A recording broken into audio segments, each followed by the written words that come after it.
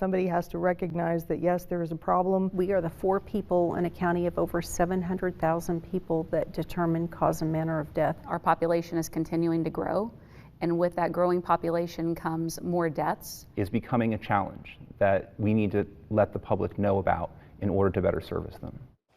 Okay, so you're looking at 4 Williamson County Justice of the Peace judges. On the bench, they're doing things like hearing eviction and truancy cases and handling debt claims. But what's happening outside of their courtrooms is really causing concern. The judges, as well as families in the county, are frustrated over the lack of a medical examiner as the area grows. So this is the center of the latest investigation from KXAN's Arzo Dos, who is joining us now. Arzo, thank you so much for taking time out and being here with us today.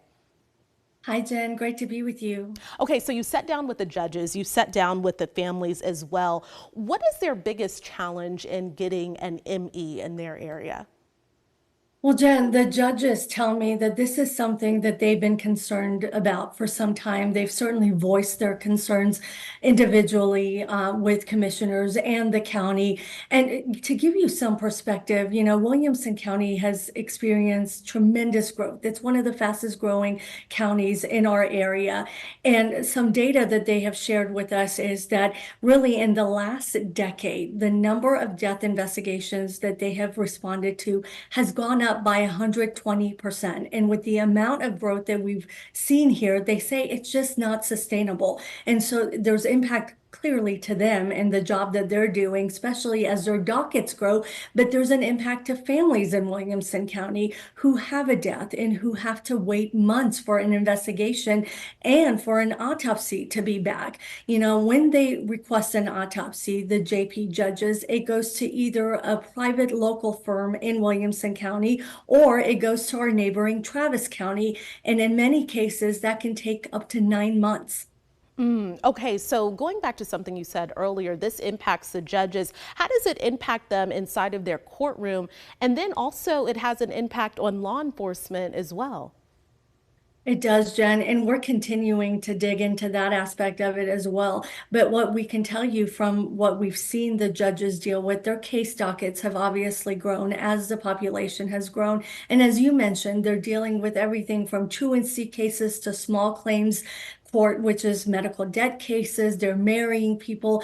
And on top of that, once a week, each judge is on call 24/7. So that means in the middle of the day or the middle of the night, if they get a call from law enforcement to respond to a death, they have to leave everything and respond. And how this impacts our law enforcement in this area is with so many police departments, there may be multiple scenes. And so law enforcement, from their perspective, they have to wait for the JP to arrive at the scene to begin their own work.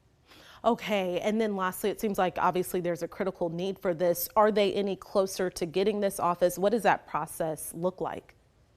Well, last month, the judges, along with one of the county commissioners, took a field trip, if you will, to Fort Bend County in the Houston area to really see how Fort Bend County did it because of funding. That's what this all comes down to, how this will be funded.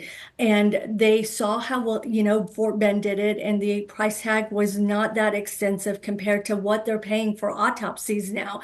Each autopsy that one of the JP judges orders is up to $3,500. And so with a growing county, that is tremendous impact. So ultimately, it will come down to commissioners. And commissioners have, through a spokesperson, pointed us to a Texas law, which was recently changed, something else that we're looking into.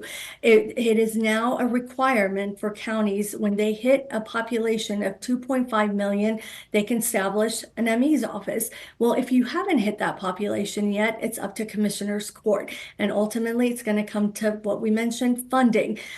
We are told later this month the county will have budget talks, and this could come up then. But county commissioners have not publicly discussed this, I'm told, so they had no further comment. Okay, Arzo Dos, thanks so much. I know people can read your full story on our website at kxan.com.